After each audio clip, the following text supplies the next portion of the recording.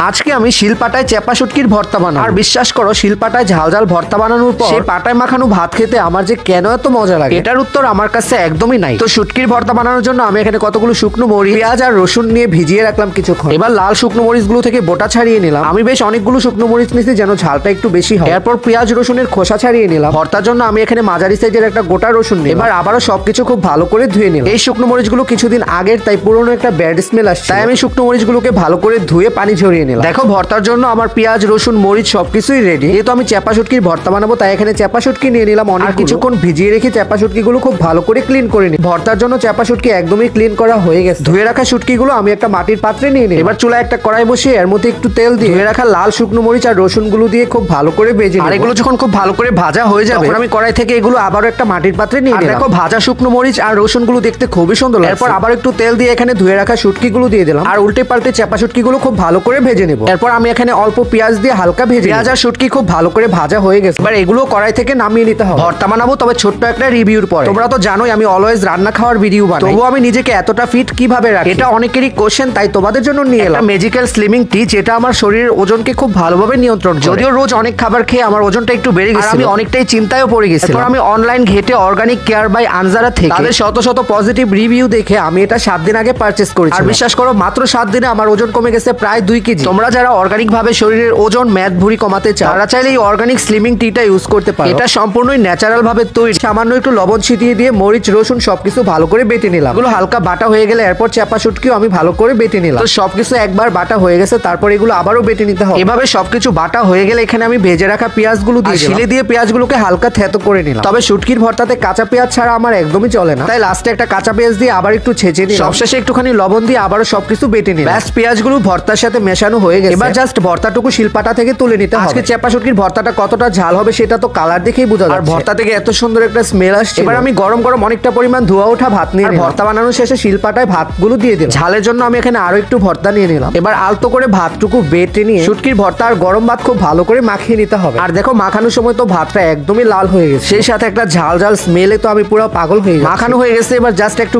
লেবু নিয়ে নিলাম। ব্যাস, লেবু চেপে রস নিয়ে একদম আম্মুর মতো করে মাখিয়ে খাওয়া শুরু করে দিলাম। আর বিশ্বাস করো গাইস, আজকের ভর্তাটা খেতে এত মজা, আমার মন চাচ্ছিল ঝাল খেয়ে একদম পাগল হয়ে যায়। সাথে আরো একটু ভর্তা অ্যাড করে নিলাম। আর ভর্তা আর গন্ধরাজ লেবুর কম্বিনেশনে খেতে তো দারুণ লাগছে। আজকের ভর্তাটা খুবই মজা হয়েছে, তবে অনেক অনেক ঝাল। ঝালের চোটে আমার তো একদম কান দিয়ে ধোঁয়া বেরোচ্ছিল। লাস্টে আমার চোখ আর ঠোঁট একেবারে লাল হয়ে যাচ্ছে। তাও আমি কষ্ট করে খাওয়া শেষ করলাম। তবে এই ভর্তাটা এতটাই মজা হয়েছে আর এর টেস্টের কাছে ঝালটা কিছুই না। এবার ঝাল কমানোর জন্য আমি 1 বোতল পানি খেয়ে নিলাম। এরপরও আমার জিহ্বাটা ঝালে পুড়ে যাচ্ছে, সহ্য করতে না পেরে লেবুই খাওয়া শুরু করে দিলাম। এত চুক্কা ছিল লেবুটা।